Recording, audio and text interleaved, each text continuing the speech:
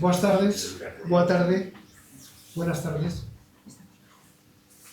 En este día de apertura de curso de la Real Academia de Medicina, que dicen que es un día un poco diferente de los ocurridos en los últimos 40 años en la Academia en cuanto al tiempo, les agradezco a todos que hayan sido capaces de superar la adversidad y estar aquí con nosotros esta tarde.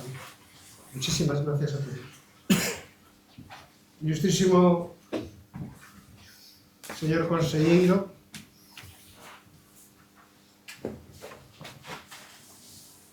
Antonio Gómez Camaño, rector magnífico, Ricardo Cao Abad, excelentísimo presidente de la Real Academia Galega de Jurisprudencia y Legislación, José Luis Seoane Spielberg, ilustrísimo señor decano da Facultade de Medicina de Santiago, José Carreira Villarreal, ilustrísima señora teniente coronel médico Dolores Muñiz Pérez, ilustrísimo señor vicepresidente do Colexio Oficial de Médicos da Coruña, Francisco de Toro Santos, señora directora territorial de Sanidade da Coruña, Cristina Pérez Fernández, excelentísima señora doña Pilar Romero Vázquez Gulías, presidente de la Fundación Barrié, don Francisco Ucha, vicepresidente da Fundación Centro Oncolóxico de Galicia, representante da Academia da Lingua Galega, ilustrísima señora doña María Dolores Sánchez Palomino.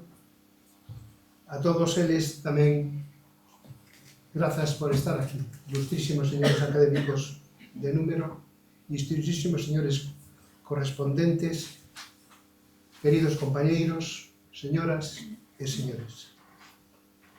Empeza a sesión o ritual que temos na Real Academia.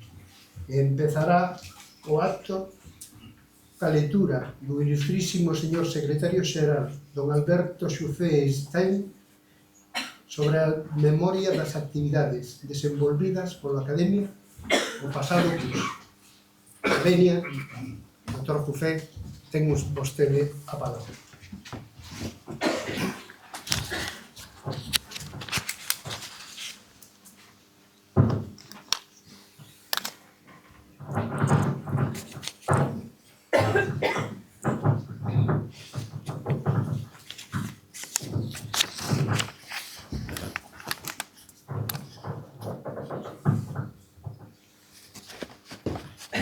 Memoria de actividades del curso académico 2025. Con la venia del señor presidente, pasaré a leer el resumen de la memoria del 2025. Excelentísimo señor presidente de la Real Academia de Medicina, ilustrísimas e ilustrísimos señores académicos numerarios, señoras y señores académicos correspondientes, estimados amigos y compañeros, señoras y señores. Por indicación del excelentísimo señor presidente de la Real Academia de Medicina, el doctor don Francisco Martelo Villar, y con conformidad de lo establecido en nuestros estatutos, me corresponde como secretario general redactar la memoria con el resumen de todas las actividades realizadas por nuestra corporación durante el año 2025.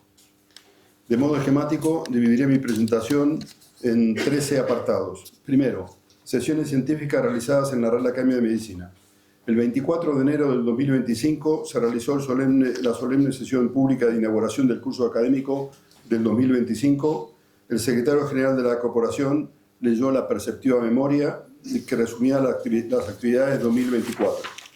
El discurso inaugural estuvo a cargo del doctor don Luis Campo Villariño, académico numerario del Sillón Territorial de Pontevedra, y tituló su discurso Teratognosis en el cáncer de próstata. La sesión la cerró el excelentísimo señor presidente, doctor Francisco Martelo, que tras realizar una valoración del curso académico dio gracias a todas las instituciones que prestan su apoyo a esta corporación. Durante el curso académico del 2025 se realizaron en nuestra sede académica 44 sesiones científicas. La Real Academia de Medicina de Galicia ha participado además en 39 actos organizados por otras instituciones con la asistencia predominante de nuestro presidente y de otros académicos, lo que hace un total de 83 actos académicos o sesiones durante el año 2025, una actividad docente, divulgativa muy importante, por lo que quiero felicitar a todos aquellos académicos y no académicos que han aportado su sabiduría y trabajo para que esta corporación esté presente en múltiples foros. Como podrán comprender, es imposible nombrar a todos aquellos de una manera u otra han colaborado con la Academia. Desde ya le pido disculpas por las omisiones, que se deben a respetar mi tiempo asignado para mi presentación. Sin embargo, quiero destacar las siguientes sesiones científicas.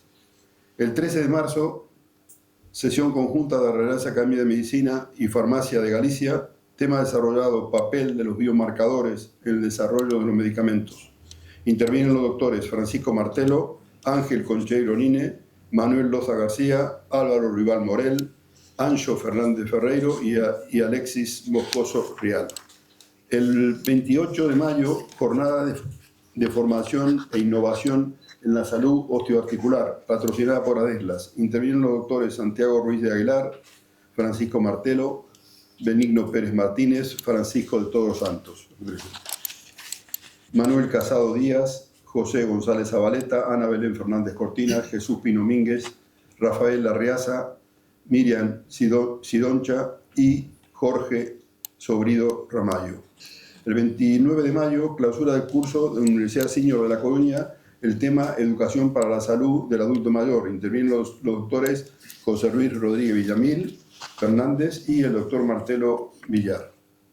El 26 de junio se realizó una reunión conjunta en el Ayuntamiento de La Coruña con el Colegio de Médicos y las Reales Academias de Galego, Farmacia y Medicina de Galicia. En el Palacio Municipal de La Coruña, el conferenciante fue el doctor don Carlos González Gitián y el tema desarrollado fue el doctor Ramón Pérez Costales. El 22 de octubre, reunión conjunta de la Escuela Naval Militar de Marín, intervienen los señores don Tomás Clavijo Reistole y los doctores Juan Gestal Otero y Francisco Martelo Villar. El 28 de octubre, sesión clínica patrocinada por Pfizer, tema vacunar para respirar, protege tus pulmones, tu salud y tu vida. Intervienen los doctores Francisco Martelo, Carmen Montero, Rosa Martínez Álvarez Gil y Federico Martinón Torres. Y el 21 de noviembre se realizó el segundo Congreso Luso-Galaico de Historia de la Medicina en Porto, Portugal. El doctor Fernando Ponte fue codirector y pronunció una conferencia inaugural titulada La Sociedad Luso-Española de Neurocirugía, 1949-1995, vida, protagonistas y actividades. Y finalmente, el 11 de diciembre, sesión científica realizada en colaboración de UDC Saludable, tema Investigación cualitativa de la salud, la ciencia de las palabras. Participaron la profesora María Jesús Novilla Fernández y el doctor Sergio Santos de Riego. Ingreso de académicos numerarios. Ingresaron 3 académicos numerarios. El 2 de mayo ingresó el doctor José Rodríguez Villamil Fernández, sillón de geriatría. Su conferencia de ingreso, una aproximación a la vejez desde la ciencia a la conciencia. Contestó su discurso el doctor Jorge Teijeiro Vidal. El 13 de junio ingresó como académico el doctor Arturo González Quintela, sillón de medicina interna, pronunció su discurso titulado La velocidad de cimentación globular y otras velocidades. Contestó su discurso la doctora María Teresa Jorge Mora, aquí presente. Y el 28 de octubre ingresó como académico numerario el doctor José Luis Bello López, sillón de hematología y hemoterapia, discurso titulado Las terapias CAR-T, la revolución en oncohematología y el más allá. Contestó su discurso el doctor Manuel Noya. Ingreso de académicos correspondientes. Ingresaron también 3 académicos correspondientes. Ana Fernández Teijeiro Álvarez pronunció su discurso titulado Cáncer pediátrico en España, retos y oportunidades actuales, y sobre elogio el doctor Jorge Teijeiro Vidal. El 22 de mayo ingresó como académico correspondiente el doctor Ricardo Navarro Suay, discurso de ingreso titulado Anestesiología y reanimación militar, más de un siglo al servicio de España. Y sobre elogio el doctor José Luis García Alcón. Y el 2 de octubre ingresó como académico correspondiente Alexander Shell Exen Bermúdez. Pronunció su discurso en insuficiencia cardíaca avanzada, dispositivo de asistencia ventricular, algunas consideraciones. Y sobre elogio el doctor Fernando Ponte Hernando. Sesiones científicas in memoriam. El 6 de noviembre del 2025 se realizó una sesión científica in memoriam del ilustrísimo señor don José Peña Guitián, en la que participaron los doctores Francisco Martelo, Federico Martinón Torres y Federico Martinón Sánchez. Quinto, Estatutos de la Real Academia de Medicina. El 1 de diciembre de 2025 se publicaron en el DOGA los nuevos estatutos de la Real Academia de Medicina. Sexto, premios convocados en el 2025 por la Real Academia de Medicina a trabajos de investigación. Premio Fundación Pedro Barrí de la Maza, Conde de Fenosa. Se presentaron 18 trabajos. Premio Fundación Centro Oncológico de Galicia, José Antonio Quiroga y Piñeiro. Se presentaron 5 trabajos. Octavo, Archivo Histórico de la Real Academia de Medicina. Los documentos históricos de la Real Academia de Medicina datan del año 1813. Requirieron un trabajo de limpieza y restauración muy importante para conservar el patrimonio histórico tan importante para nuestra corporación. La restauración estuvo a cargo de SOBIGA, Sociedad Bibliográfica de Galicia, Gestores de Patrimonio. La primera fase ha concluido el 27 de noviembre del 2025. Todos los documentos clasificados están incluidos en nuestra página web de la Academia. Biblioteca Histórica. El apoyo incondicional del doctor Luis Ferrer, bibliotecario, y la labor desinteresada realizada por Carlos González Guitián ha sido fundamental desde el primer momento. El doctor González Guitián se incorporó al proyecto con su experiencia y capacidad de trabajo. Sin su ayuda, la actualización de esta biblioteca no hubiera sido posible. Es un trabajo intenso que ha conllevado la reorganización de toda la Academia. Hemos logrado expurgar un total de 5.180 unidades, entre libros, memorias, discursos y demás. Cada libro o documento tuvo una triple valoración. Primero la evaluaba el doctor Carlos González Guitián, segundo Alberto Juvestein y tercero Ana Veleiro, con la colaboración de María Luisa Moscoso. El trabajo fue duro, pero hemos logrado tener un archivo de biblioteca de gran calidad aplicando un protocolo que habíamos consensuado previamente. La segunda fase propuesta será la clasificación de todos los libros, revistas y documentos de nuestra biblioteca y tenerlas en red para consultarlas. Se comenzó la segunda fase el 12 de enero del 2026 con la clasificación de los libros por temas según protocolo. En una tercera fase tendremos que digitalizar nuestra documentación histórica para que no se deteriore con el tiempo. Hay mucho trabajo que realizar, por eso sería importante buscar algún tipo de subvención para comenzar trabajando con el proyecto Archivo Biblioteca Histórica. Fondo documental de la Real Academia de Medicina de Galicia. Trabajo de secretaría. Doña María Luisa Moscoso, nuestra secretaria, está trabajando hace más de un año actualizando la vida académica de todos los académicos numerarios desde su fundación en el año 1831 al 2025. Lleva escritas más de 300 páginas y continuamos recopilando información. El doctor Carlos Guitián ha entregado a nuestra corporación los datos de los académicos del siglo XIX que se incorporaron al listado general. 11. Donación de libros a esta Real Academia. Se han donado los siguientes libros. Doña Mercedes Gutiérrez Moyano Zimmerman donó la colección completa encuadernada de la revista Galicia Clínica del año 1929 a 1992, compuesta de 60 tomos. La Biblioteca Histórica recibió además la donación de los doctores Jesús Pino Mínguez, José Luis Rodríguez Villamil Fernández, Carlos Acuña Castroviejo, Francisco Gómez Ulla y Razazábal, Francisco Vázquez Fernández, Francisco Marcelo Villar y Alberto Jufestein. 12. Publicaciones. Se han publicado las siguientes publicaciones. Memoria de actividades 2024, Alberto Jufestein. Una aproximación a la vejez de la ciencia de la conciencia, del doctor José Luis Rodríguez Villamil. Anestesiología y reanimación militar, más de un siglo al servicio de España, doctor Ricardo Navarro Suay. La velocidad de sedimentación y otras velocidades, doctor Arturo González Quintera.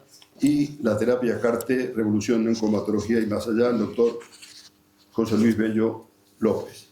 Los académicos numerarios han publicado 128 artículos en revistas nacionales e internacionales, libros y tesis doctorales. Los académicos correspondientes, por su parte, han publicado un total de 80 trabajos, de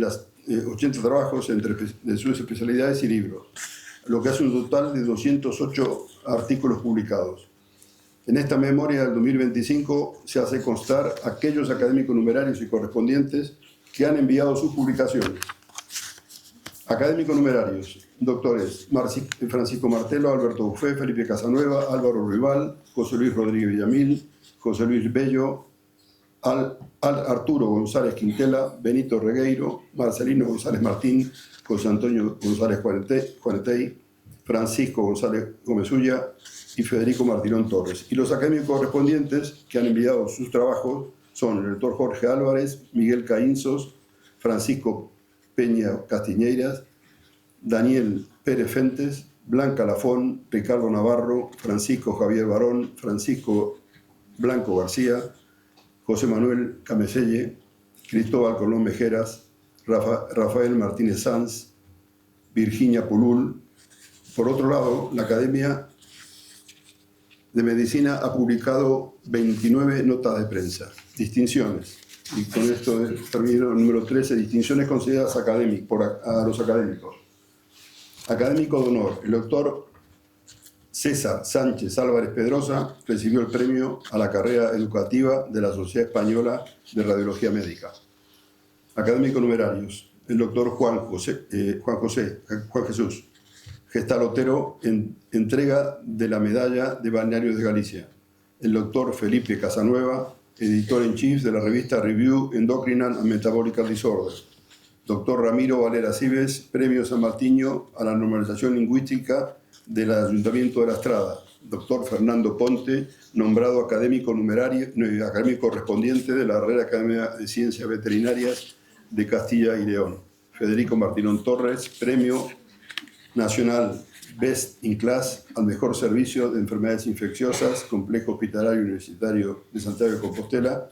Premio a la mejor entidad de investigación clínica y desarrollo de nuevos medicamentos, Pharmaforum 2025, y Premio Nacional de Investigación e Innovación Responsable en Salud, Instituto de Salud Carlos III. Doctor Francisco Gómez Ulla, Premio a la Excelencia de la Sociedad Española de Retina y Vitrio. Académicos correspondientes. Doctor Jorge Álvarez Díaz, Premio Dr. Ignacio Chávez 2025, otorgado por el Consejo de Salubridad General por sus contribuciones en bioética. El doctor Francisco Blanco García, galardonado con la Medalla de Investigación de la Real Academia Galega de Ciencias 2025 y Medalla Ángeles Alvariño González en el ámbito de la biología y de la salud. Y el doctor Miguel Caínzos Fernández, nombrado Vice Chair of the Fellowship Committee Surgical Infection Society of North America. La doctora Blanca Lafón Lache, elegida académica de número de la Real Academia de Farmacia, incluida en el ranking de la Universidad de Stanford del 2% de investigadores más citados del mundo. Doctor Rafael Martínez Sanz, certificado del Sistema de Gestión de Calidad del Servicio de Cirugía Cardiovascular del Hospital Universitario de Canarias, entidad acreditante AENOR ENAC. Doctor Francisco Peña Castiñeira, Universidad EP de México, Institución de Educación Superior, otorga el reconocimiento por su dedicada participación como ponente en el Seminario de Alta Dirección y Sustentabilidad del Sistema de Salud. Doctor José María Prieto González, Premio de Enfermedades Neurológicas 2024 en la versión científica y social, concedida por la Sociedad Española de Neurología. Y finalmente la doctora Virginia Pulul Núñez, presidenta de la Sociedad Española de Medicina Nuclear y presidenta de la Comisión de Apoyo al Diagnóstico y Terapéutica del Ministerio de Sanidad. Finalmente quiero agradecer especialmente a nuestro presidente, el doctor Francisco Martelo, por su confianza y al trabajo de las comisiones de Docencia, Comunicación, Reglamento y Economía. También expresar mi reconocimiento a la labor constante de las secretarias de la Academia, María Luisa Moscoso y Álvarez Oveleiro. Para concluir, agradecer a la Junta de Gobierno y a todos los académicos su apoyo y colaboración para lograr que esta Real Academia de Medicina colabore en el día a día con el bienestar de nuestra población. Sigamos trabajando. He dicho.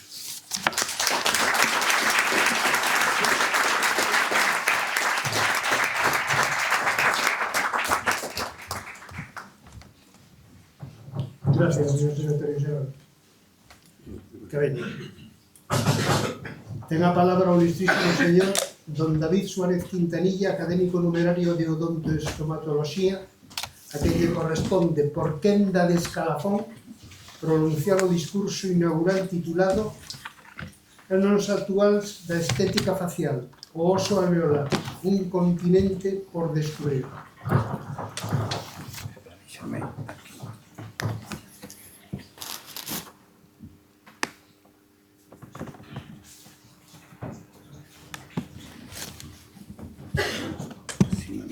Sí.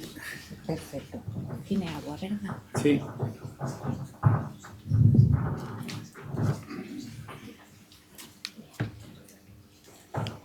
Está reconociendo. Sí, espera, no incendio.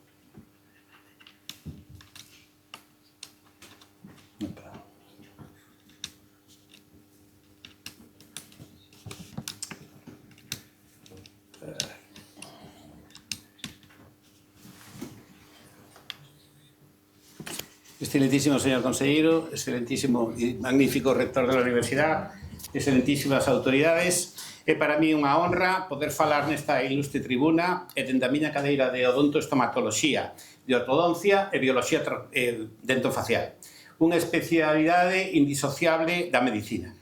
Quero disculparme con meus amigos de outras partes de España que hoxe nos acompañan por falar en galego, pero é a miña responsabilidade coa ortodoncia do noso país. Non resulta fácil dirixirme a un grupo tan heteroxéneo e con un tema clínico como isto. Por eso, en aras da amistade, vou facer unha mestura de ciencia, neuromarketing, filosofía e arte. Compre suliñar que casi todos os presentes tiveron algún contacto coa ortodoncia, moitos a través do tratamento de seus fillos e outros polo seu tratamento, pero resulta inaudito, a pesar de súa preeminencia social, o profundo descoñecemento existente sobre a súa realidade clínica e científica, o que me lembra a definición de tempo de San Agustín. Se ninguén me pregunta, seino. Se quixese explicalo, xa non o sei. A popularidade dos nosos aparellos en nenos e adultos e as inxentes cantidades de cartos que se gastan en eles contrasta, al menos porcentualmente, con a dubidosa calidade de seu exercicio, as súas verdadeiras posibilidades terapéuticas. Si Galicia é o país dos 1000 ríos, a ortodoncia é o país dos 1000 aparellos. Dóeme o corazón o afirmar que a verdadeira ortodoncia está hoxe oculta baixo unha espesa brétema. É unha ciencia casi sin científicos, cuxa práctica está dominada polo mercantilismo, os sobretratamientos e a escasa formación dos que exercen. Dos millóns de dentistas que poñen aparellos no mundo, só unha mínima porcentaxe teñe unha formación adecuada. Detrás do 90% das férulas de descarga para o bruxismo ou de aparellos que se pon nas cadeas comerciales de clínicas en España, non hai unha simple exploración, un diagnóstico, nin un plan de tratamento axeitado, situación que hoxe ha empeorado por a teleortodoncia e a compra de aparellos por correspondencia por parte de moitos dentistas. Os 4 especialistas europeos que formamos o ano no máster de ortodoncia e ortopedia dentofacial da nosa universidade teñen que cursar un posgrado intensivo de casi 3 anos a tempo completo e 2000 horas de prácticas con pacientes, representando a agulla da caótica palleira do mercado ortodóntico. Este coller o rabo polas follas, este mirar ao dedo cando se está sinalando a lúa, é máis a norma que a excepción. É a cruz de unha especialidade onde os fíos tras as bambalinas están movidos hoxe por as grandes empresas multinacionais do sector, convertendo a moitas clínicas en simples puntos de venda de aliñadores ou férulas de descarga, donde o profesional, repito, non fai nada máis que falar e parecer que fai. Nin diagnóstico, ni plan de tratamento e o diseño dos aparellos faise por descoñecidos, non cualificados e inteligencia artificial a miles de kilómetros. A grande bola da neve dos malos tratamentos e iatrogenia estáse a convertir nunha lude. O crecemento como os cogumelos do negocio das facultades de odontoloxía privadas por ser os seus donos grupos de capital risco e privadas de verdadeiros profesores investigadores, aínda bota máis neve a este alude. O intento empresarial por esnaquizar a nosa especialidade é hoxe unha triste realidade. E non sería un problema se non fora porque afecta directamente a saúde e porque este ano o gasto en estética dental no mundo supérase con fartura os 200.000 millóns de dólares. E só nunha técnica de ortodoncia, os aliñadores transparentes, rondaremos os 10.000 millóns de dólares. Todo este desastre é posible pola desinformación dos pacientes sobre a capacidade real de ortodoncia para cambiar o seu sonriso, a súa cara e a súa calidade de vida. Non deixo de arrepentirme de que pouco antes do seu asesinato por ETA reprocheille a Ernest Lluch en privado polos seus comentarios de que os dentistas españois eran poucos, malos e caros. Non sabía que as cousas podería aínda empeorar máis. Por iso vou a tratar de explicar o que é a bioloxía dentofacial e as verdadeiras posibilidades terapéuticas da nosa especialidade, tan afastada do que ustedes queren saber dela, e espero, tras esta curta prédica misioneira, convertelos ás boas novas da ortodoncia médica. Tres feitos me impelen a tratar de poñer en evidencia as incongruencias do actual negocio de ortodoncia, que se sitúa nas antípodas de concepto de ortodoncia médica, que hoxe defendo aquí. Refírome ao carácter médico inicial que lle deu o seu fundador, Angle, fai máis dun século, a meu pai, defensor de estomatoloxía, hoxe tristamente desaparecida, e a demanda nun xantar dun dos filósofos da ciencia máis importantes do pasado século, Mario Bunge, que posteriormente reflectín en distintos artículos nas revistas filosóficas Ágora do Orfellón, onde apuntaba que a ortodoncia é máis o arte do imposible que a ciencia do probable e que é exercida á espera de ser descoberta. A ortodoncia non fala só de sorrisos, senón de función e crecimento facial. Estes dous pacientes parecen iguais, pero todo cambio cando descubrimos a parte inferior do seu rostro e decantámonos da influencia dos dentes e dos maxilares e seu reflexo no perfil. Resulta moi difícil transmitir a vostede a miña paixón por a bioloxía craniofacial e a nosa especialidade, e vou tratar de empezar mostrando tres exemplos clínicos paradigmáticos. A falta de desenvolvemento mandibular e a compresión do padal nos nenos propicia a respiración oral e pode acabar desencadeando problemas na articulación temporomandibular e incluso un verdadeiro síndrome de apnea-hipoapnea obstructiva do sono. E por iso o primeiro caso clínico non pode ser outro que a do noso fillo Javier. Como en casa de Ferreiro, Coitelo de Pau, xa o ecografista advertimos da marcada hipoplasia mandibular intraútero de Xavier. Podemos velo aos 3 anos. Estudiando a súa calcificación ósea e dental, decidimos comenzar o tratamento no inicio do pico puberal do crecimento mandibular. Tratamos a Xavier, súa nai Mónica e Maseu con unha combinación de aparellos funcionais e fixos hasta alcanzar os obxectivos oclusales funcionais propostos. A evolución de seu perfil ao largo dos anos e o crecemento mandibular proposto. A nosa proba de lume é ver a estabilidade dos resultados terapéuticos a longo plazo.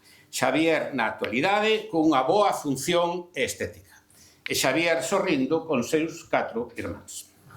O segundo é unha maloclusión esquelética de clase terceira con marcada hipoplasia ou falta de desenvolvemento do maxilar, con roncopatía e tamén con risco de apnea obstructiva do sono. E o seu tratamento con máscara facial e unha disyunción rápida do padal. Este é o resultado do tratamento a curto plazo, resultado do tratamento con a máscara facial a longo plazo e o resultado final do tratamento e o resultado e antes e despois. Pero incluso a ortodoncia aínda é moito máis. Este paciente, ademais da maloclusión evidente, presenta un problema de articulación temporomandibular, de apnea, hipoapnea obstructiva do soño e diferentes tipos de problemas. Por tanto, o motivo do tratamento excede a estética do seu sorriso para convertirse nun problema grave de saúde. Resultado do tratamento combinado de ortodoncia e cirurxía ortognática, de avance maxilar e mentoplastia, realizado por o doutor en combinación con o doutor Xacinto San Román, a polisonografía do paciente. O paciente con un chándal anos despois do tratamento. Por iso a terapéutica ortodoncia pivota ao rededor de 2 eixes. O máxico e sorprendente movimento dentario producido pola biomecánica dos nosos aparellos e a capacidade de modificar o crecimento da cara a través de acción mecánica e indirecta sobre as suturas e músculos. A maxia e estraneza do movimento dentario ortodóncico reside na propiedade dos dentes a través dun proceso inflamatorio aséptico de formar oso alveolar durante toda a vida do individuo.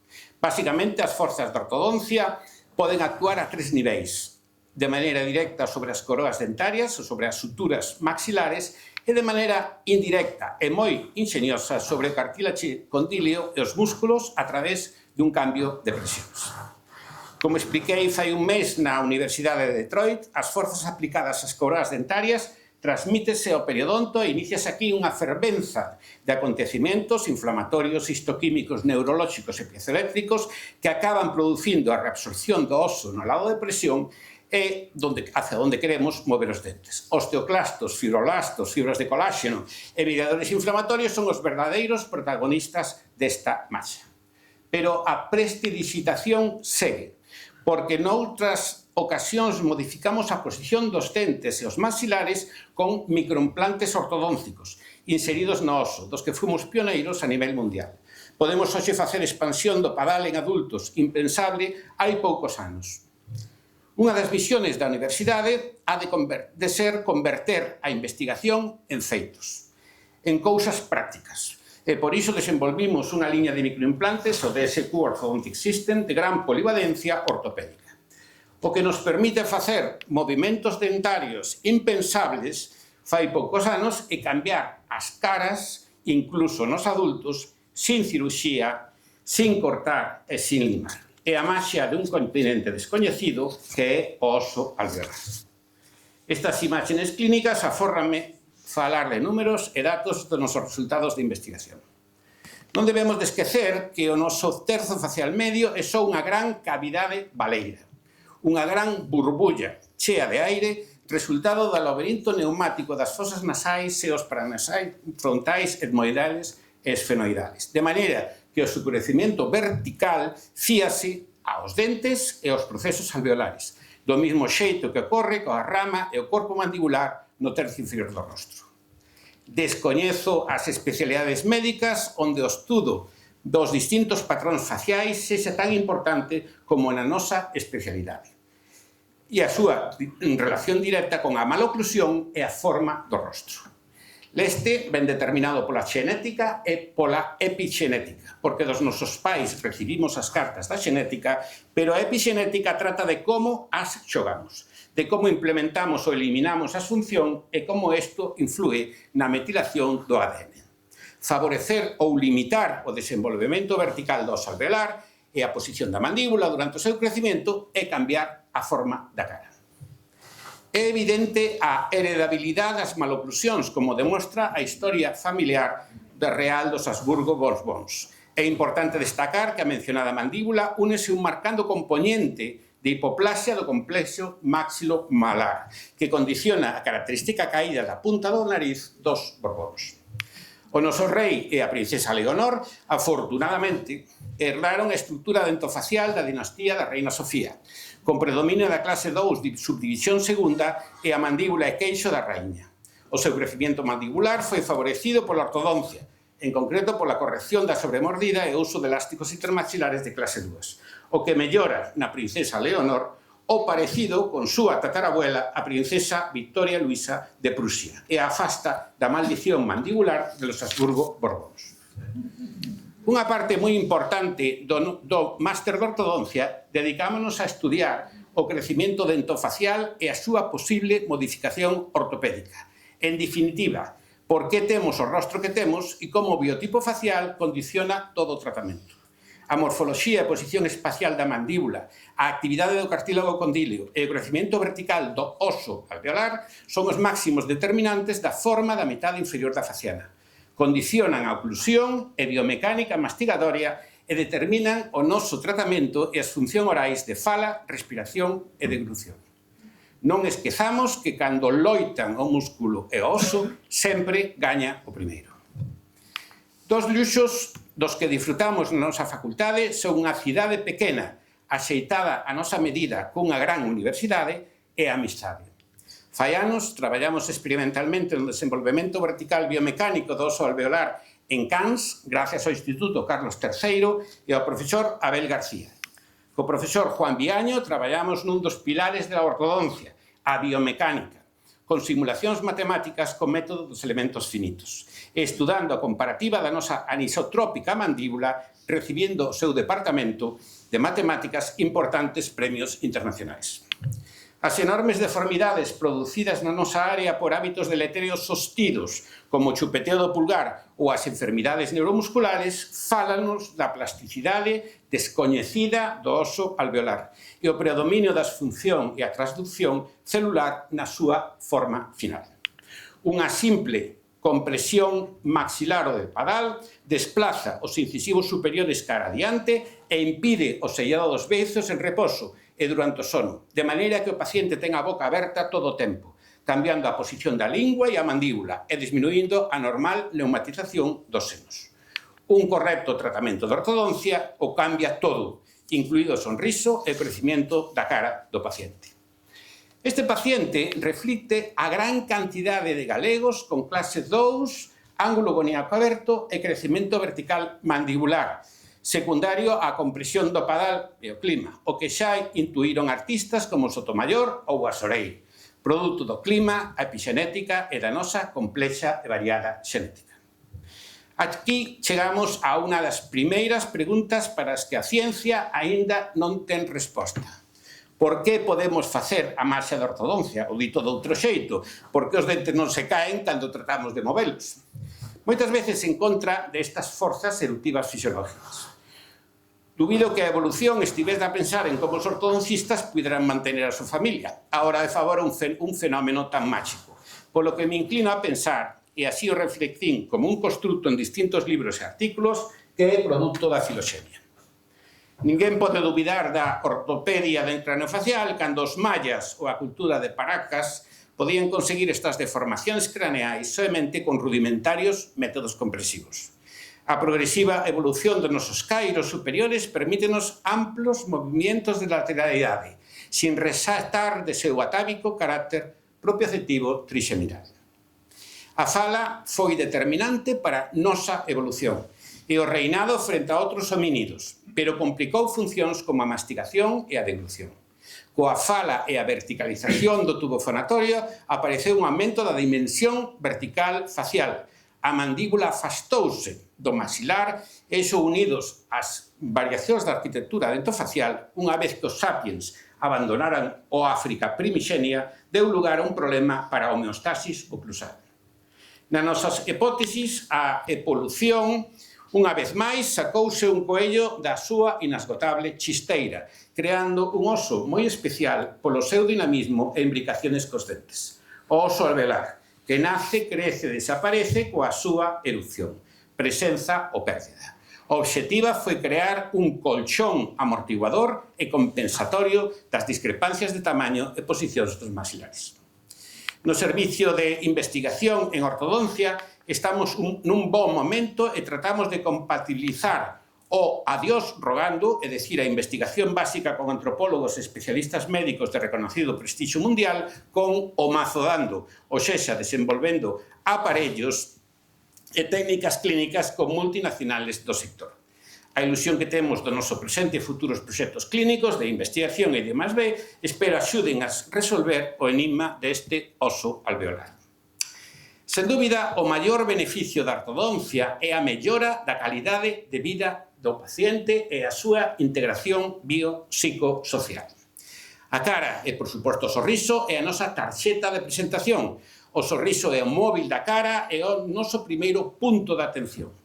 Gran parte da colaboración entre Darwin e o gran Duchenne de Boulogne centrouse nos tipos de sorriso como expresa poéticamente no seu maravilloso mecanismo da fisioloxía humana. A emoción de franca alegría exprésase na cara por la contracción combinada do músculo orbicular dos beizos e o cigomático maior. O primeiro obedece á voluntade, pero o segundo só se pon en xogo por a doce emoción da alma. Coa evolución e a fala, a nosa vida cambiou a nosa vida de relación. Involucionaron os músculos da mastigación e desenvolveronse e afinaron o seu funcionamento os da mímica, porque a disonancia entre o que se decía e sentía exixía unha nova finura na realización e captación das expresións faciais. O relato do Xénesis obedece a un río subterráneo que nos fala metafóricamente do noso pasado, e en concreto do pecado original. A nosa expulsión do paraíso e refírese á adquisición dunha mente pensante, que anhela e desexa, e por iso peca. Estas afirmacións medio poéticas as levo pensando tempo, pero cal sería a miña sorpresa este mes, o pasado día 8 deste mes, dun abrallante artículo na Science dos neurocientíficos Weinland e Liang da Rockefeller University, ratificando científicamente estos apuntes. O número de músculos do sorriso que separa o noso cinismo das verdadeiras emocións é importante, porque todos fomos a unha festa tendo que saudar con un sorriso artificial a alguén que nos cae mal. Neste novo estatus, onde o home xa pode pensar unha cousa e expresar outra, e onde a finura e a precisión do xesto cobra unha gran importancia na vida de relación. Por iso, estaba proscrita na teoloxía do medioevo, e senón ver o intrigante final de O nome da rosa de Humberto Eco. Imos cara a unha sociedade cada vez máis exixente, onde o éxito terapéutico queda curto no restitutio ad integrum. O canon actual de estética do sorriso non é subjetivo, sino que hoxe está cheo de publicacións científicas e objetividade digital. A miña obsesión é crear protocolos e sistemas expertos para manexo clínico. Esta, por exemplo, é a proposta da nosa técnica HAS, Hybrid Appliance System, como base para o desenvolvemento de algoritmos para o Digital Smile Design e como paradigma de unha sonrisa ideal. Outro aspecto fundamental a entender do atractivo facial é a influencia nesa máquina inquietante asociativa que é o noso cerebro, que cando non pensa racionalmente, inventa. A pregunta que fago aos meus alumnos de grado o primeiro día de curso é por que gastamos tantos cartos en estética dental. Un dos principales motivos é o efecto halo, un rombo psicolóxico por lo que un trazo, un signo, un detalle parcial, neste caso un sorriso radiante, extrae conclusiones xerais e regala unha gratuita asociación ao seu portador de inteligencia emocional, amabilidade, estatus, éxito profesional e social e, en definitiva, felicidade. O mecanismo de asociación inmediata e automática entre beleza, atractivo e felicidade é un heurístico que nosa mente ten gravada a lume desde o berce, no sistema límbico. Non en balde, beleza e bondade comparten etimoloxía desde fai miles de anos. As investigaciones rigurosas sobre o papel da apariencia facial e o sorriso da nosa vida de percepción e a relación resultan sorprendentes, inquietantes e, en todo caso, deprimentes. Así podemos quedar abrallados polo increíbles traballos de Smith do 2006, onde se demostra en fotografías superpostas de mulleres en distintos días do ciclo menstrual como somos capaces de detectar os momentos de maior fertilidade só polo atractivo. As mulleres con niveis máis elevados de estróxenos teñen rostros máis femeninos, saludables e belos. Si isto pode parecer sorprendente, non son menos as clásicas investigacións de Mueller e Mazur na Academia Militar de West Point, onde por unha serie de trazos faciais nas orlas dos cadetes coñecidos como facial dominance, destacando a forma e proxección da mandíbula e o queixo, podíase deducir o futuro rango militar. A nosa vida persoal e mesmo profesional, como acabamos de ver, pode estar influída polo atractivo dun rostro, pero esta influencia adquire tinguiduras máis drásticas cando falamos da estética dos líderes políticos. Os datos da Alexander Todorov da Universidade de Princeton son impactantes. A corrección política impídeme falar do verdadeiro origen emocional dunha gran parte do voto femenino, clave nas pasadas eleccións xerais, máis aló do feminismo ou a atenta lectura dos programas electorais. Bueno, imos a falar de cousas máis agradables. O gran salto desde a Venus de Wildeford e Nefertiti, tanto no seu famoso e discutido busto como os distintos baixorrelieves de Telelamarna e o seu propio nome, A beleza chegou, marca un salto cualitativo da humanidade desde o desexo máis atávico ao gusto pola estética máis sensual. Resulta sorprendente como tras 3.300 anos de canos faciais atopámonos no mesmo punto, como demostra a comparación de Nefertiti co rostro de Bella Hadid, unha das mulleres máis belas do mundo. As medidas cefalométricas a partir da teleradiografía lateral de cráneo, estandarizadas con cefalostato, foi un dos recursos diagnósticos máis importantes de nosa especialidade. Un parámetro importante a determinar foi a posición de os dentes, do que denominamos o límite anterior da dentición. En resumo, onde colocar o sorriso do paciente no plano anteroposterior respecto ao resto da faciana. As primeiras análisis cefalométricas como de Charles Twiggs remóntase aos anos 40 e mantiñan unha posición retraída dos incisivos respecto al laz. Cando un revisa a abundante bibliografía sobre a referencia cefalométrica de Twiggs, atópase 1000 xustificacións clínicas que falan de oclusión, estética, competencia labial, estabilidade poscorrectiva e 1000 barallocas máis. E nin só artículo sobre a influencia da filosofía do mito do bo salvaxe rusoniano ou a segregación racial no denominado perfil de Twiggs. Para Rousseau, o home é bo por naturaleza, pero é a civilización o corrómpeo e non permite a expresión de todo o seu potencial. Esta é a base pola que moitos dentistas e antropólogos consideran erróneamente o apiñamiento ou a falta de espazo como un problema da civilización. E quero demostrarlle aquí como ata unha cousa tan simple, o ángulo nasolabial e a protrusión dos dentes, os beizos, ten un interesante trasfondo sociolóxico. Como xa apuntei no meu capítulo da magnífica obra sobre patoloxía dos beizos do profesor López Cedrún. Para nós é moi importante o ángulo nasolabial delimitado pola parte inferior da nariz, a columnela e o beizo superior. O agarimoso libro de Humberto Eco, Arte e Beleza na Estética Medieval, abrime os ollos sobre a representación mariana da boca e o suco nasolabial e a súa relación co obxectivo didascálico da arte religiosa, no tránsito entre a pintura gótica, a flamenca e o Renacimento. Pregunteime por que se representaba a unha Virxen María tan embellecida nas táboas góticas. A patrística e a escolástica nos ensinan que Deus, e por extensión a Virxen, é pulcritum per essentiam, e a boca, fonte medio dos pecados capitais, ha de ser reducida a súa mínima expresión, resaltando a nariz e o queixo e producindo un embellecimento artificial da Virxen María. Os artistas do Renacimento cambian a rigidez escolástica pola sensualidade florentina e son máis terreais e deixando atrás as especulacións teolóxicas de San Agustín ou de Pseudodisio de Areopagita, utilizan as súas musas e amantes como inspiración mariana. E foi o Cotilla de Vasari que me puso na pista da Virxen e o neno con os dous anxos de Fray Filippo Lippi e seu modelo, novicia e amante, Lucrecia Guti. Por moito que visitei pinacotecas e consultei expertos, esta é a primeira representación do novo ángulo nasolabial, un concepto máis estético que o teolóxico. As ideas de Lippi sobre beizos e ángulos nasolabiais o cambian todo e heredanse e difunde o seu máis insigne discípulo, Sandro Botticelli. O resto é xa historia da pintura.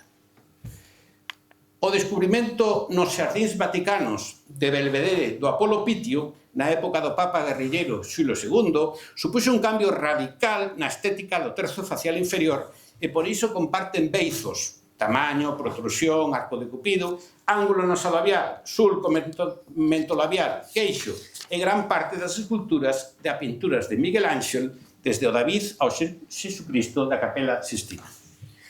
Su rival, Leonardo da Vinci, non foi alleo ao estudio estético da metade inferior da cara, sino que foi máis aló ao preocuparse pola xénesis anatomofuncional do sonriso, movendo os músculos da mímica nos cadáveres. Como xa publiquei en distintos artigos, a combinación dos seus coñecimentos anatómicos, a técnica pictórica do esfumato e a capacidade de anticipación do noso cerebro, investigaciones dos neurocientíficos Ekman e Koch e da que é un experto, noso compañeiro o profesor Acuña Castroviejo, podería ser a resolución do famoso enigma da sonrisa da Mona Lisa e non outras teorías máis estrambóticas. Teño o gusto de presentar neste solemne acto as miñas últimas observacións sobre o tema. A nosa hipótese sobre o papel da musculatura perioral no sorriso da Mona Lisa queda en evidencia al compararlo con a Xinebra de Washington do Museo de Washington. Entre outro, o cuadro do período de Leonardo estuda en cadáveres a entrecrucixada muscular modiolar nas comisuras dos beizos e as representaciones maxistrales na Gioconda con a axuda do esfumato. É certo que uns e outros retomaron os cánones estéticos derivados do Timeo platónico e dos pitagóricos, o home como un microcosmos e o cosmos como un gran home, do que derivan o hombre Vitruvio, tan a gusto dos que hoxe especulan con proporciones áuricas, secuencias Fibonacci, fractales ou o teórico antropocentrismo do noso universo. Non moitos dentistas saben que a curva catenaria das arcadas, a curva de Spee, a curva de Monson, Wilson ou o triángulo de Bonville realmente derivan da paixón dos pitagóricos por xeometría. O feito inaudito é que a estética do polo pitio abraza ata os anos 50 do pasado século. Neste punto poderíamos preguntar como do referido canon victoriano e dunha muller de pel branca, beizos finos e retraídos, cun sonriso que deixaba entrever discretamente os dentos e unha mandíbula pequena de clase 2, pasamos a unha muller actual empoderada, con beizos carnosos, dentes brancos, grandes, protruídos, con unos potentes masetros. Tamén a factoría Disney quere sumarse a estes cambios sociolóxicos na estética das súas novas heroínas, pasando dunha sumisa Blancaneves de 1937 de beizos e mandíbulas pequenas a la actual empoderada de hoxe en día, rifando con 7 ananos asustados pola actual presión do mito. As explicaciones simplistas poderían abrazar o porque sí, porque está de moda e punto. Pero a análise sociolóxica do tema resulta profundo e apaixoante. Como doutores ten a Santa Nai Iglesia, empezando polo noso presidente, vou cinguir aquí a parte que me compete. Históricamente, pasaron desapercibidas as implicacións que a posición dentaria, a maior ou menor prominencia dos dentes, ten sobre a fronte e o perfil facial. Tiven a sorte de analizar isto non estudiando ortodoncia, sino as disparatadas teorías cranométricas do racismo científico, as visitas a inquietantes museos da medicina euxenésica ou de César Lombroso en Turín, como expuxen nas últimas conferencias sobre cranometría e racismo no MAX, no Museo de Antropoloxía de Xalapa. Estou convencido que o racismo está na base de moitas decisións clínicas erróneas do século pasado e que a ontoloxía nunca reflexionou sobre o tema, nin sequera pasou no bico dos pés como si o fixo a medicina. O racismo tivo distintas caras ao longo da historia, segundo a ciencia e a tecnoloxía do momento. O explosivo cóctel das teorías darwinianas, a frenoloxía, o neomendelenismo e o neomalthusianismo acabaron convertendo na pseudociencia do racismo científico de indudable eficiencia política para as potencias coloniais. No lusco-fusco do século XIX e principios do XX, unha parte da medicina tivo a infausta idea de abrazar as ideas euxenésicas desenvolvidas por Galton, por mor dunha torticeira aplicación das teorías do seu curmán Darwin. O que aquí nos interesa é o papel racista desta protrusión dento alveolar, xa apuntada séculos antes polo anatomista Petrus Camper, o seu plano facial que clasificaba os cráneos das distintas, según eles, razas e a súa comparación cos cráneos e a biprotrusión dento alveolar dos simios. En definitiva, se asociaba a protrusión dos dentes con a capacidade craneal e esta con a intelixencia. Non é de extrañar, por tanto, que nos albores de la ortodoncia e máis en países con unha marcada segregación e con políticas euxenésicas activas, a maioría dos tratamentos de ortodoncia se fixeran extraindo 4 premolares para poder levar cara atrás os dentes e conseguir un perfil plano acorde co canon imperante. Esta moda que William Profit denominou o gran sacrificio dos premolares estendeuse máis de 40 anos e afectou a millóns e millóns de pacientes. Pensemos que a asimilación das creencias racistas de superioridade por parte dos oprimidos foi o que permitiu a conquista de América, a división artificial de África e o uso do espolio por parte dos colonizadores e o nacimento do excluente nacionalismo alemán, vasco ou catalán. Os galegos sempre fomos máis humildes. Racismo que continuou en toda Europa e que acabou como acabou co Tercer Reich e sus patróns e características faciais.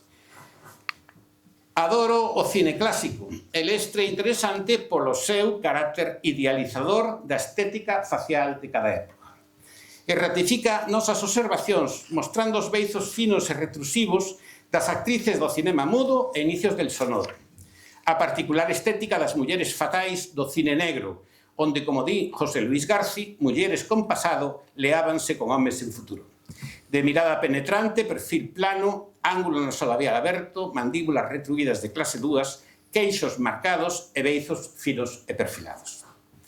A estética do corpo cambia radicalmente a finais dos 60, como consecuencia das revolucións dos fillos dos pequenos burgueses.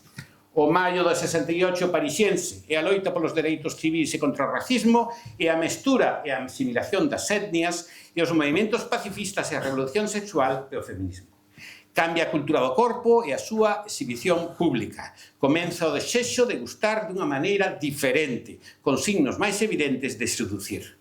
Porque a dinámica das relacións sexuais cambia 180 grados e a pílula modifica, polo menos inconscientemente, mitos, tabús e patróns de conduta anteriormente estereotipados. Os beizos roxos pasan a ser unha potente icona de beleza, saúde, mocidade e reclamo sexual.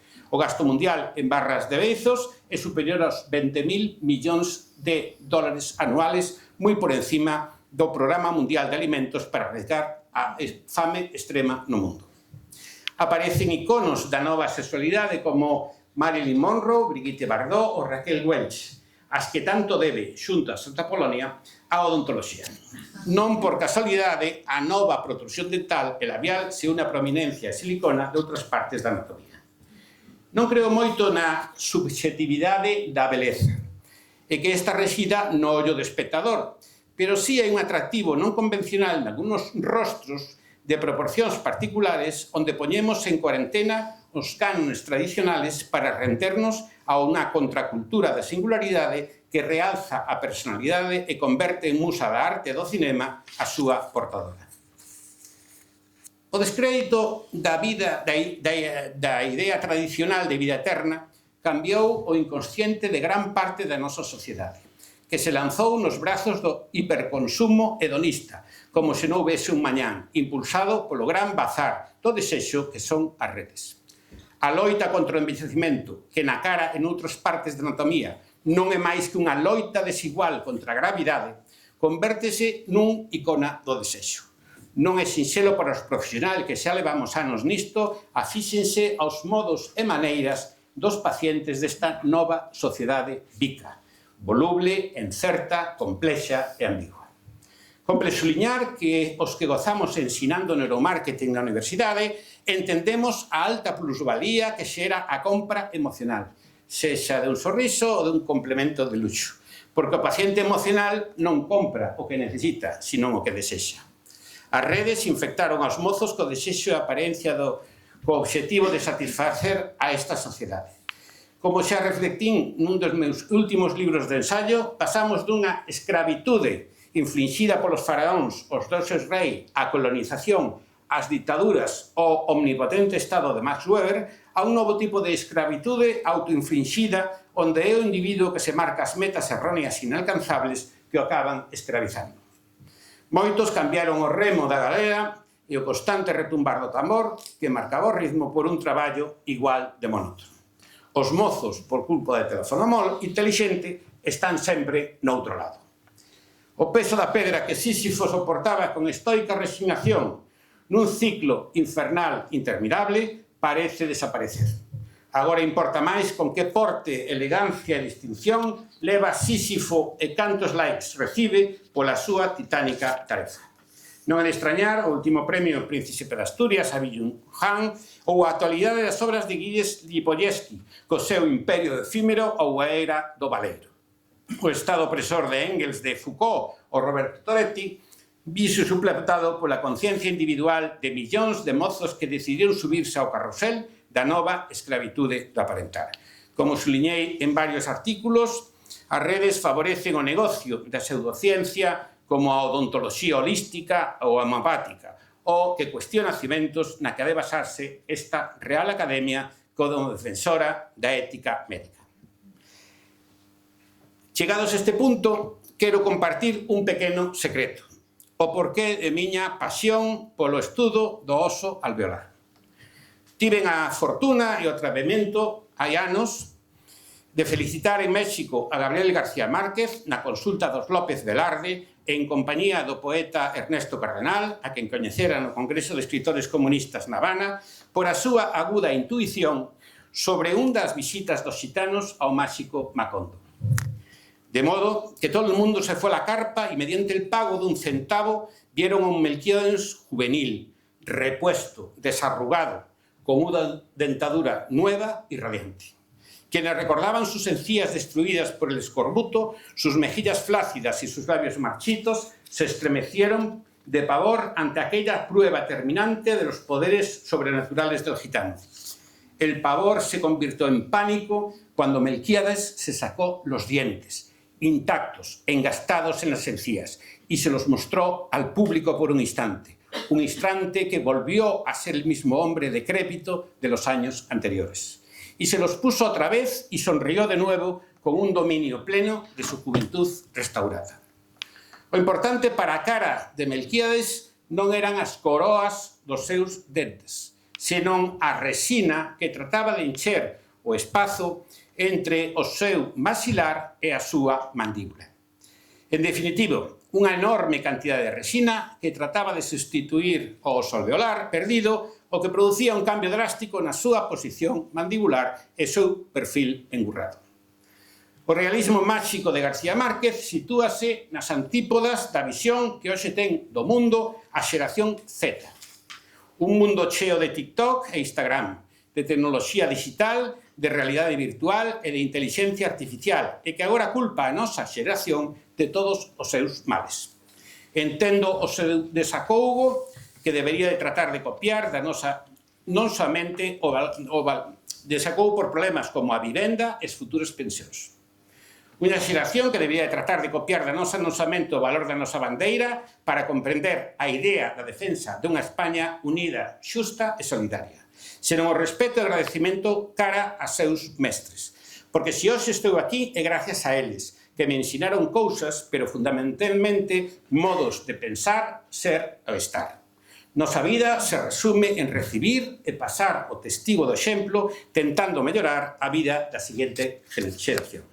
Meu obxectivo non é formar ortodoxistas, senón líderes, que representen dignamente por todo o mundo a nosa universidade. Por iso quero que sexan diferentes, que cambien a súa maneira de ver o mundo, que adquiran a nosa intraducible afouteza, unha vida pensada, un agudo sentido crítico que abrace conceptos hoxe deostados polo novo hombre masa digital de Ortega, como é a da excelencia e o elitismo intelectual.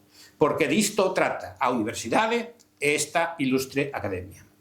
O ídolo da miña mocidade la Saliana, Isaac Asimov, escribía tal día como hoxe, fai 46 anos, no Newsweek, o visionario artigo Oculto a ignorancia, onde xa alertaba sobre as mentiras como respeto a todas as opinións, ou que en democracia a ignorancia dunhas persoas ten o mesmo valor que o coñecemento de outras.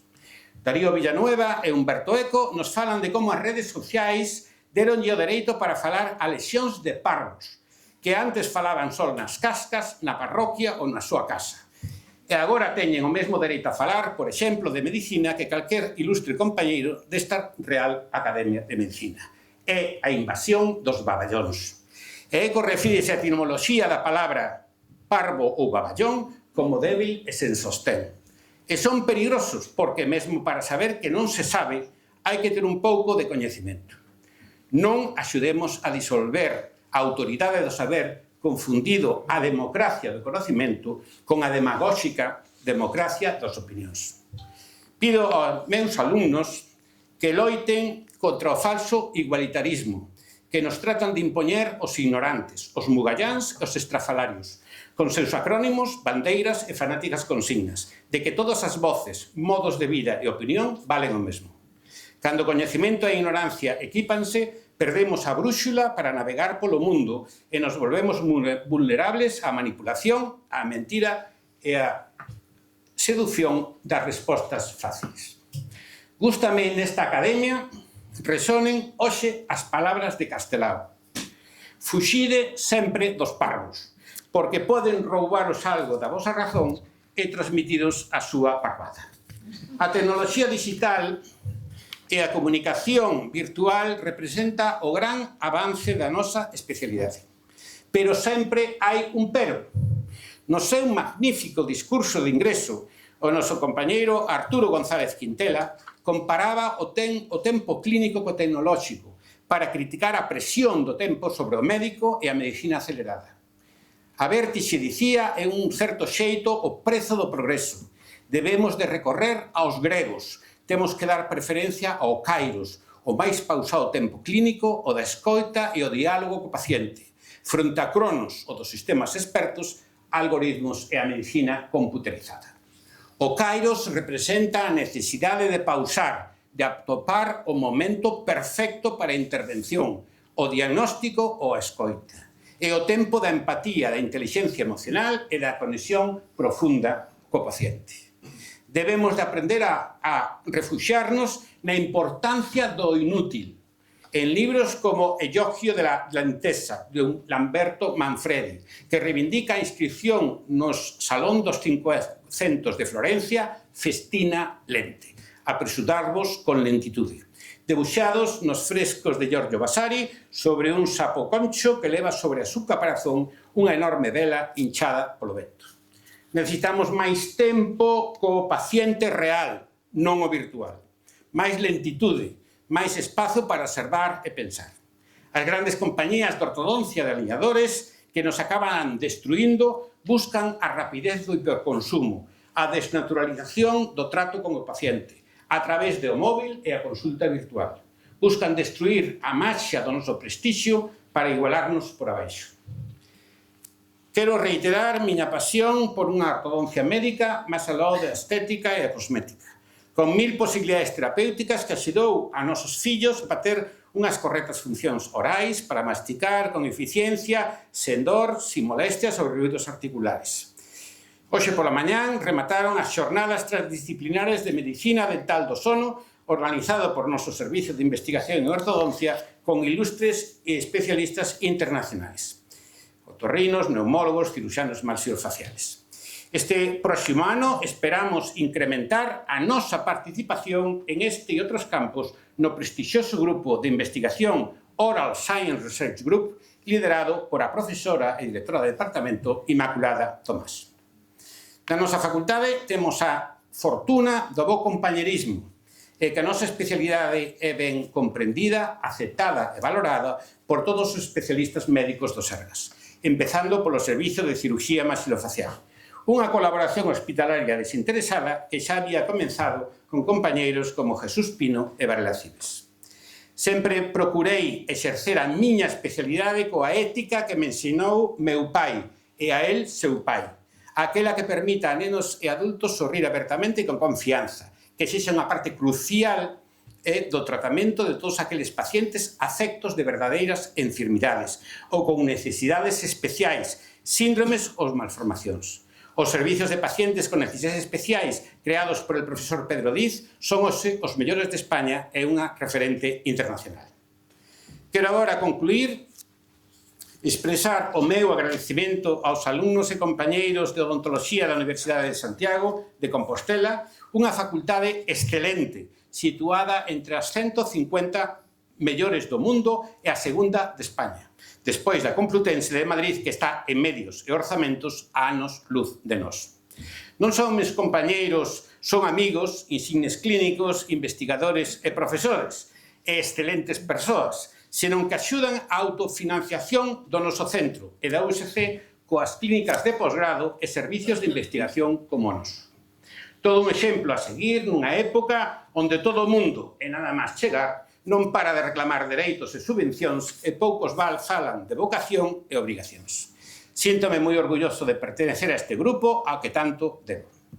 Quero dar as gracias ao conselleiro de Sanidade pola súa presencia, Galicia, coa acertada política do goberno a que pertenece e a imprescindible axuda dos meus ilustres compañeiros desta Real Academia no ámbito da xenética, as vacinas, a biopsia líquida, a terapia CAR ou a prototerapia e tantos outros, ponse a cabeza de España.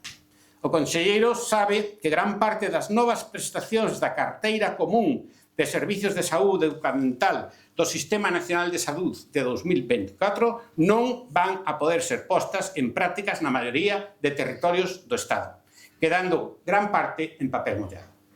Este triste presaxio é a súa vez unha gran oportunidade para Galicia, xa que con unha boa coordinación coa Facultade de Medicina e Odontoloxía podemos facer o que outros non van poder, que a nosa sanidade sexa no ámbito da saúde bucodental, como xa se fixo en outras épocas, grazas a membros como o profesor Xan Xestal, un exemplo a seguir para o resto de España. Remato xa con unha súplica e un son. Iste sin apnea. Esperemos que o goberno galego aposte por nosa facultade e non teña tentación de colaborar na actual masificación e deterioración da odontoloxía de España, aprobando a creación de facultades privadas cuxo principal fin, al menos en odontoloxía, non esquezamos, é a rentabilidade e cuxos profesores, por lo menos nas que conozco de España, son dentistas locales con pouca experiencia en investigación. Recordar aos donos de capital risco de esas universidades que un verdadeiro mestre non se pode improvisar nin comprar como se fai con unha aula, unha mesa, unha silla, un proxector ou unhas cadeiras dentais. Compre suliñar que todos os que estamos na universidade pública cobramos por ensinar, diferenciándonos de outros que ensinan para cobrar, e ter ou non ter vocación docente. O negocio que a maioría das facultades privadas han montado con licenciaturas express e fraudulenta validación de estudios estranxeiros e acordos con grandes cadeas privadas de clínicas cuyo obxectivo é o lucro e explotar aos suportos bolseiros é unha vergoña inaceptable que condiciona a saída profesional dos nosos alumnos con menos recursos. Mercantilizan aún máis a odontoloxía e multiplican os sobretratamentos.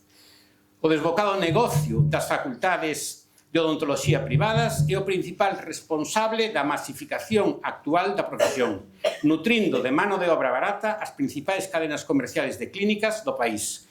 Pola total diverxencia en obxectivos entre estas facultades non poden compartir a mesma conferencia de decanos coas públicas e poñer aos raposos que cada día son máis a tomar decisións sobre a vida das galiñas.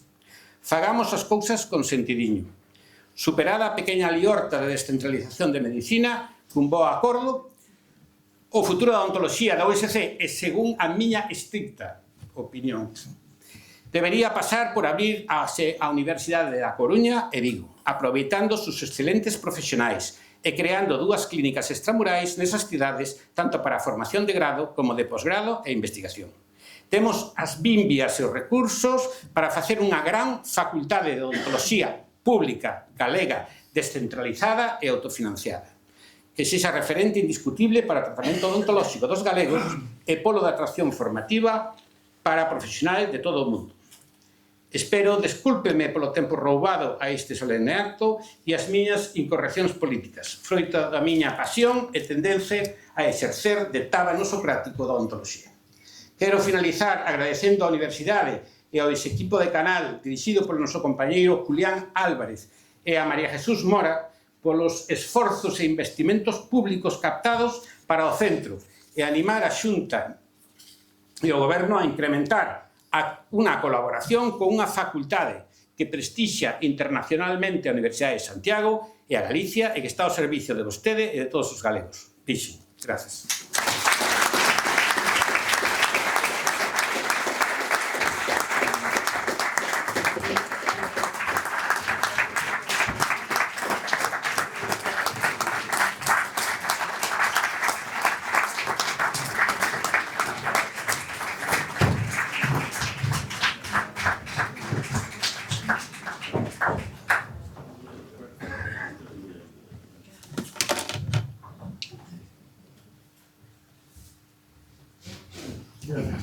Grazas. O benemérito da Academia, Dr. Luis Ferrer y Balsebre, vai chamar os galardoados os premios de investigación médica da Fundación Barrié e da Fundación Centro Oncolóxico de Galicia na súa edición do ano 2025, así como os galardoados os aceses. Academia.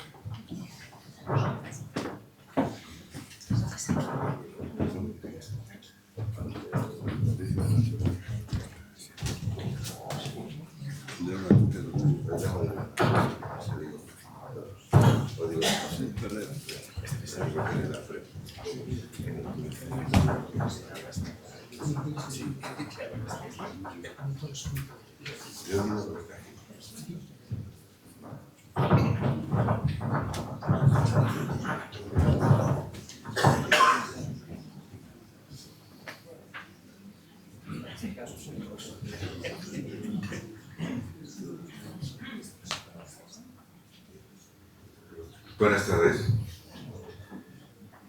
Premio de la Fundación Barré a la doctora Marta Rial Crestelo, que se acercará a esta presidencia para recoger el certificado como responsable del trabajo ganador del premio de la Fundación Barré, y luego, de la mano de la presidenta de la citada fundación, doña Pilar Romero Vázquez Bulías, recibirá el importe económico del premio.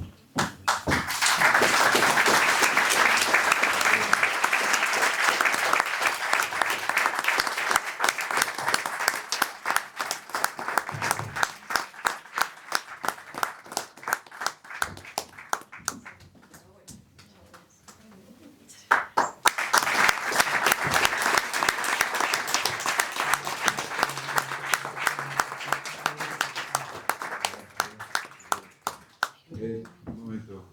El presidente de la Academia le va a hacer entrega del certificado académico correspondiente.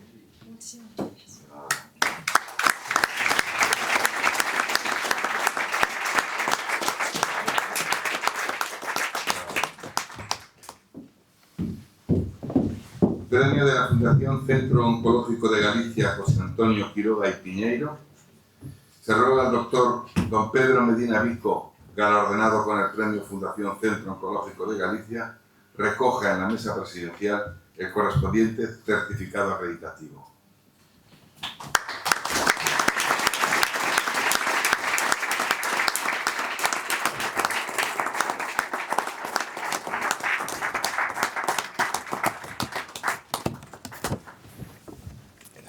Luego, de la mano de don Francisco Ucha, vicepresidente de la Fundación Centro Oncológico de Galicia, recibirá el importe económico del premio. Enhorabuena.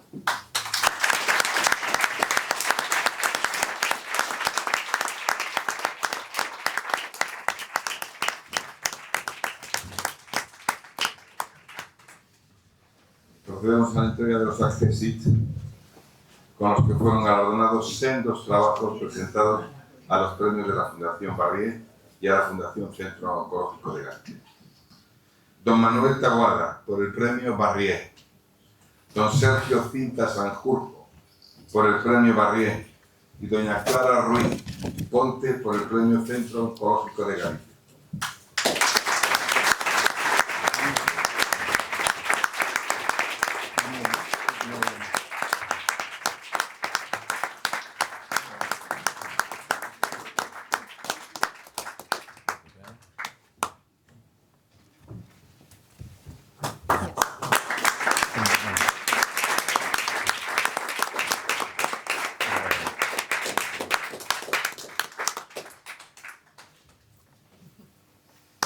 Enhorabuena. Enhorabuena.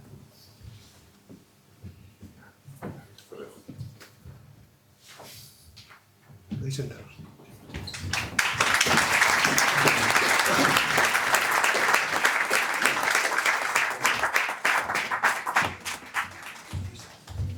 O ilustrísimo señor secretario xeral dará lectura á convocatoria dos premios de investigación da Academia correspondentes ao ano 2026.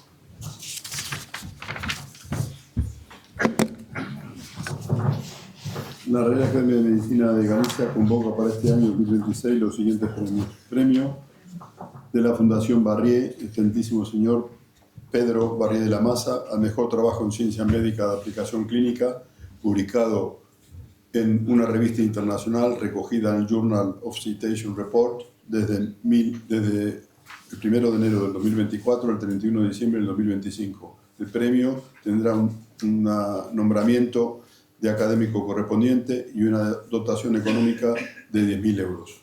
Premio Fundación Centro Oncológico de Galicia, José Antonio Quiroga y Piñeiro, a un trabajo tema libre sobre investigación en oncología clínica, publicado en la revista científica y publicado desde 1 de enero del 2024 al 31 de diciembre del 2025. Tendrá una dotación económica de 9.000 euros. Muchas gracias.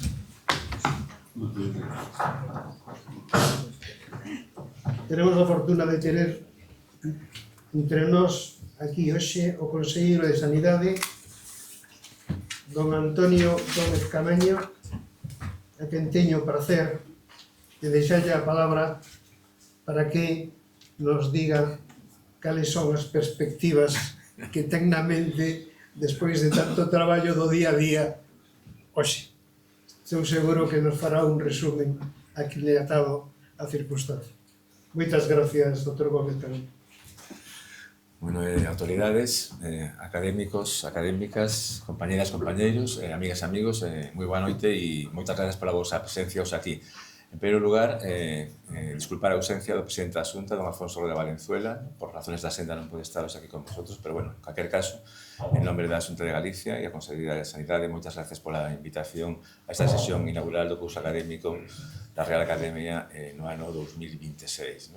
En segundo lugar, moitas grazas, Dr. Suárez Quintana, por la excelente e maravillosa lectura,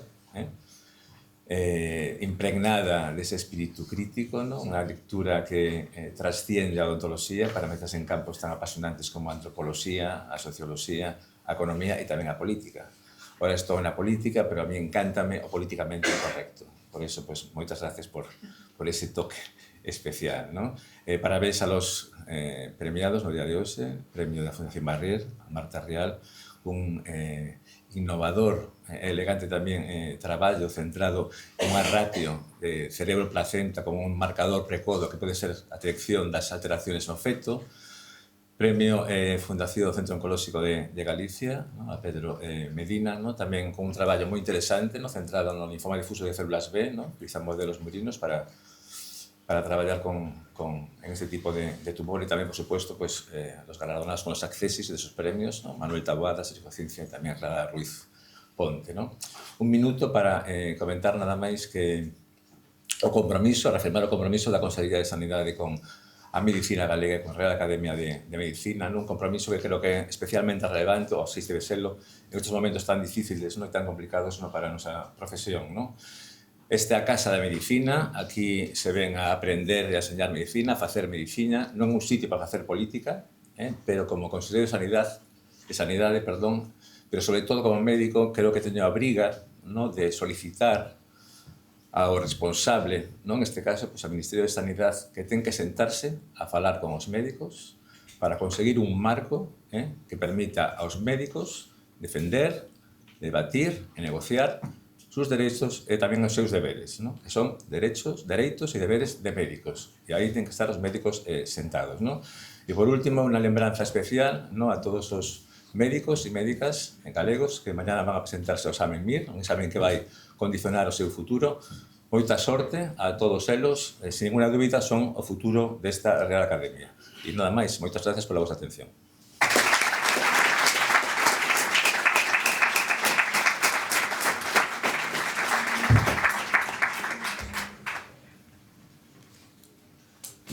De novo, boas tardes. Cabería, señor conselleiro. Vou intentar ser breve. Tiña aquí un discurso para falar unha serie de cousas, pero voulle dicirlles que vou ir moito máis rápido saltando porque é un pouco xa tarde. Diremos as cousas nos tamén a través das actividades e podrán ler todo o que teño aquí escrito na memoria e na web da Academia. Por tanto, vou a ir por riba dando un pouco esas ideas de a xente a quen lle estamos especialmente agradecidos, desde logo, e a quen debo recordar. En primer lugar, quero decirlle que o dixo magníficamente o secretario xeral, de decir que quero agradecerlle a Campus Villarino que empezou o discurso do ano pasado do ano 2025, como fixo agora o Dr. Suárez Quintanilla neste ano, e que o citaremos a él, lóxicamente, o ano que ven nesta data, pero o Dr. Campos Villarino fixo un tratamento do diagnosis do cancro de próstata, que é intentar buscar os mecanismos de unha disertación moi brillante e optimista de como se pode levar adiante o cáncer que ten maior prevalencia, que ten máis mortalidade nestes momentos en un gran número de doentes.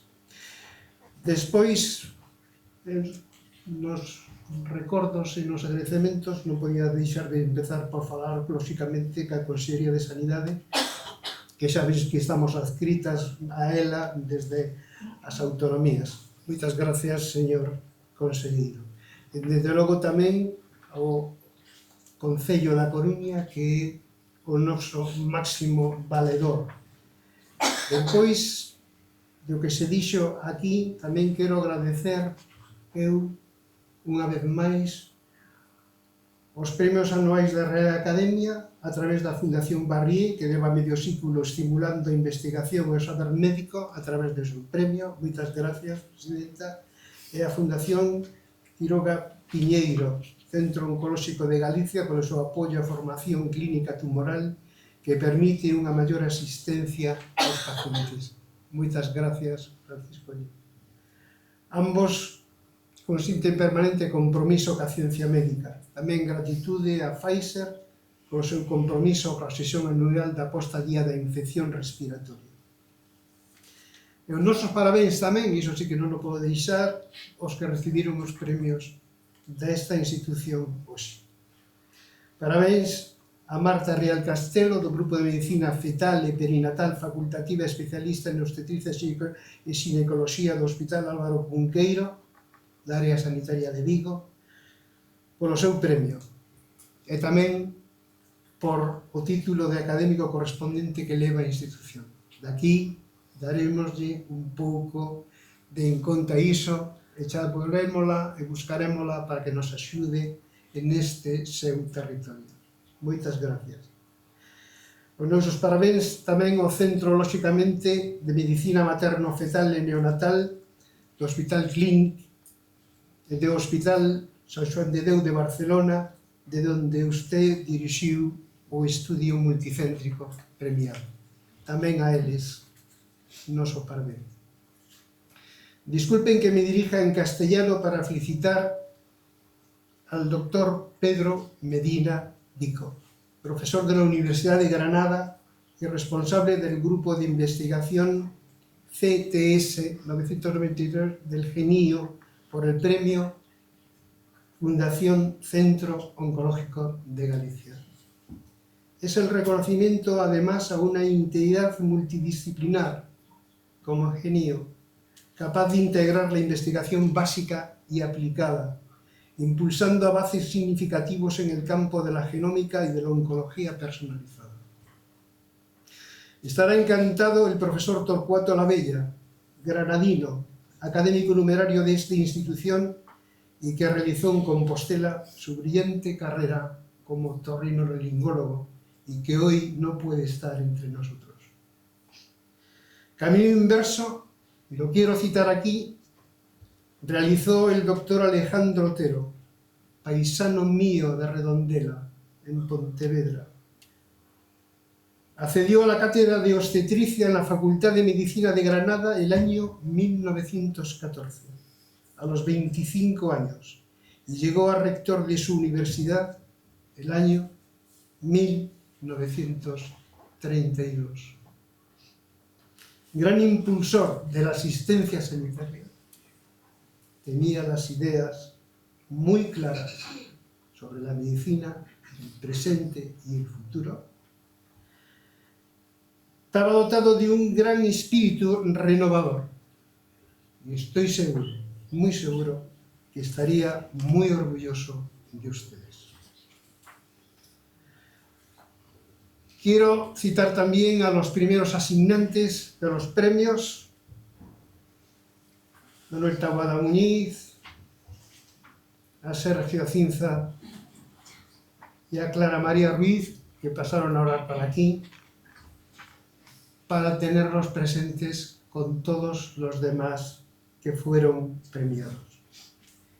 Yo, para ir lo más rápidamente posible, no quiero dejar de citar el recuerdo entrañable a los compañeros que nos dejaron en el año 2025.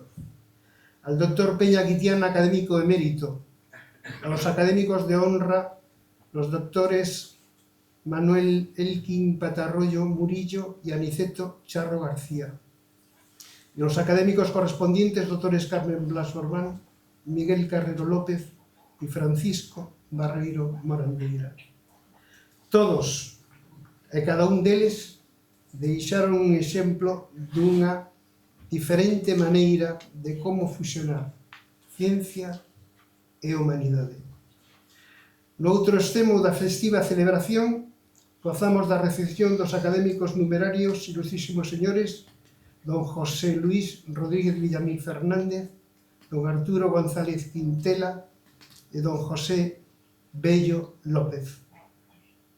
Dos méritos dos tres fixéronos aquí o doutor Jorge Teijeiro Vidal, a doutora María Teresa Jorge Moura e o doutor Manuel Nolla García. A verdad é que son novos aquí, pero teñen con nos xa unha gran predilección e unha tremenda honestidade no traballo. Decir aquí solamente que, polo que dixo o señor secretario xeral, este ano estamos a dar adiante, a parte do cambio do reglamento que temos, tanto o que fixemos como estatutario como o de reglamento interno, unha tarefa moi importante que tivo lugar fundamentalmente na Comisión de Reglamento, a quen lle agradezco moito o seu traballo, porque o esqueleto desta institución non estaba movido desde o ano 2004. E como dixo o conferenciante de hoxe, e como dicimos todos, o mundo está a cambiar en gran medida e tivo cambiado moito durante todos estes anos. Esta nova estrutura debe ser un esqueleto adecuado para seguir adiante ca maior fortaleza posible. E dicir tamén que, do que lle dixo aquí esta tarde o secretario xeral, estamos tremendamente orgullosos, porque ten que ver con a mobilización e a posta en día do arquivo histórico e da biblioteca desta Real Academia. Teñolle moita gratitude tanto ao señor secretario como ao historiador documentalista Carlos González Guitián e a secretaria Ana Velleiro e Luisa Moscoso, que estiveron a botar aquí moitas horas de seu traballo durante moitos días, mañán e tarde, para poñer en marcha o que queremos que sexa unha visualización de toda a documentación de 200 anos e dos libros que foron expurgados e dos novos que van a vir aquí para ser referencia a través da futura digitalización e dos estudos adecuados dos libros para que sexa un centro de reunión donde veñan os estudosos a formarse cas súas fins de carreira, tesis doctorales, etc. etc. O próximo ano, as novas normativas do reglamento interno e todas estas estruturas van, sin duda, a fortalecer convenios de cooperación con institucións privadas, mantendo a colaboración tamén co sector público, como as universidades da Coruña e de Santiago, achegando alumnos da facultade e das nosas actividades cos departamentos da Coruña e dos institutos e das universidades galegas, como dixen. Ademais, este próximo ano é un ano de eleccións da Xunta de Goberno. será por primeira vez elixida na súa totalidade. Na Real Academia de Medicina de Galicia teremos oportunidades para expor novos plans estratégicos e novos compromisos persoais. Estamos seguros que a nosa institución manterá o seu prestixio entre os profesionais da medicina e continuará sendo recoñecida pola sociedade galega. Viron a través das palabras do discurso do académico numerario que falou hoxe, o Dr. Suárez Quintanilla, cunha gran vehemencia expuxo durante un tempo prolongado unha fórmula de entender moitas cousas, non solamente a súa profesión, sino tamén a forma de entender a arte, a filosofía, a humanidade e a política. Aquí, en este centro, todos temos unha forma de pensar e unha forma individual. Pero detrás de todos nós, incluído del, que o conozco ben, está unha cousa que é fiarse dos demais, da que despois a hora de dar non nos faz. Están vostedes no templo da tolerancia, non o esquezan nunca. Os políticos deben saber, aquí está xente con unha capacidade que queremos que sexa próxima na formación profesional á excelencia, pero con a mente libre, e para dicir o que quera en cada momento. Moitas gracias a todos pola súa presencia. Se levanta a sesión.